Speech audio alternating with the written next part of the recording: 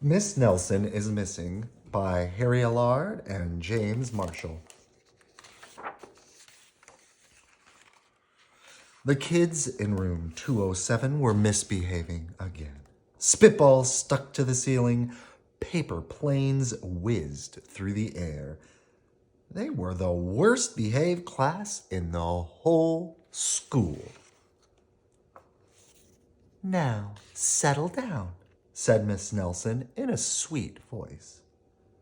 But the class would not settle down. They whispered and giggled. They squirmed and made faces. They were even rude during story hour. And they always refused to do their lessons. He's drawing a mean picture of Miss Nelson. "Something will have to be done," said Miss Nelson. The next morning, Miss Nelson did not come to school. "Wow!" yelled the kids. "Now we can really act up." They began to make more spitballs and paper planes. "Today, let's just be terrible." "Oh, let's just be just terrible," they said. "Not so fast," hissed an unpleasant voice. A woman in an ugly black dress stood before them. "I am your new teacher, Miss Viola Swamp."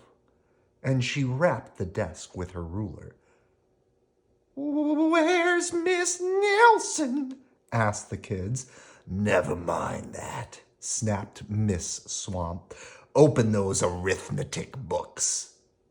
Miss Nelson's kids did as they were told.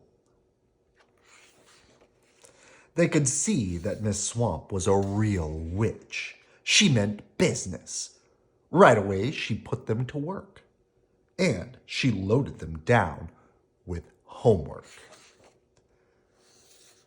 "We'll have no story hour today," said Miss Swamp.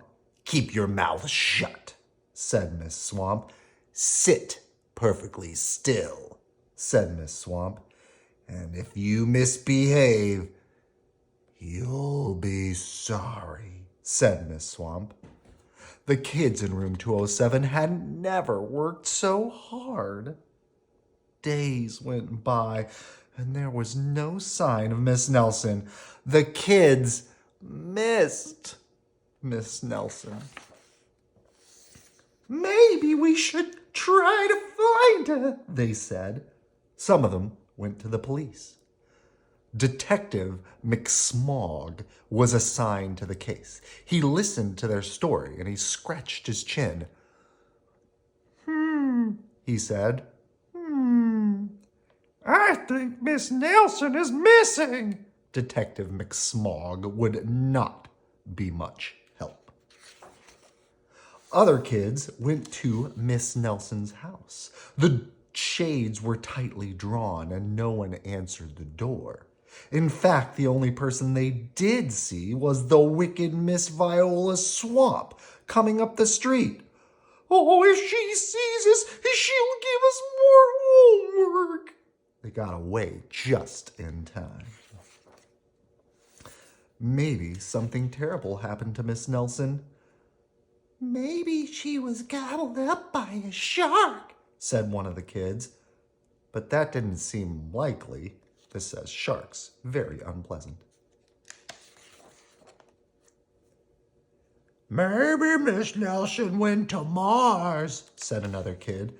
But that didn't seem likely either. "I know," exclaimed one know-it-all. "Maybe Miss Nelson's car was carried off by a swarm of angry butterflies." But that was the least likely of all.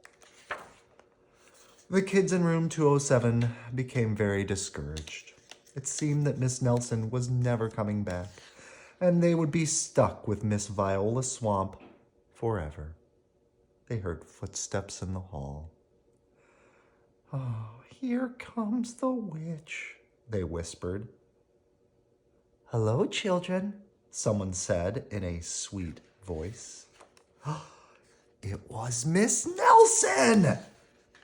Did you miss me? She asked. Oh, we certainly did, cried all the kids.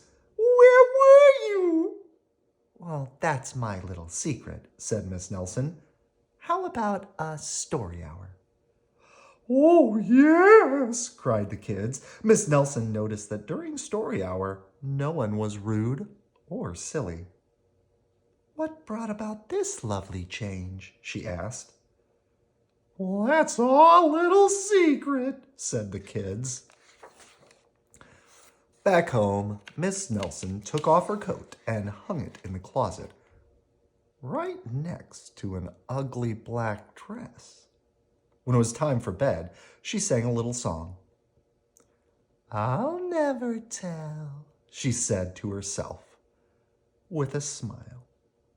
And this says wig, but upside down. P.S. Detective McSmog was working on a new case. He is now looking for Miss Viola Swamp.